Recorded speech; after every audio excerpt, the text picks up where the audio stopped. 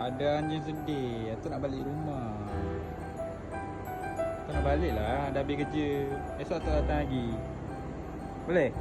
Duduk sini tidur sini. Oh. Jangan sedih. Jangan sedih. Aku nak balik. Esok tu datang lagi lah. Tahu?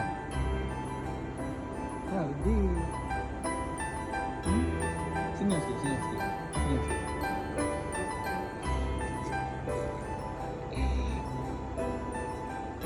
Tak balik lah. Tak balik je, kan ada mana pun. Nanti esok datang lagi. Okay?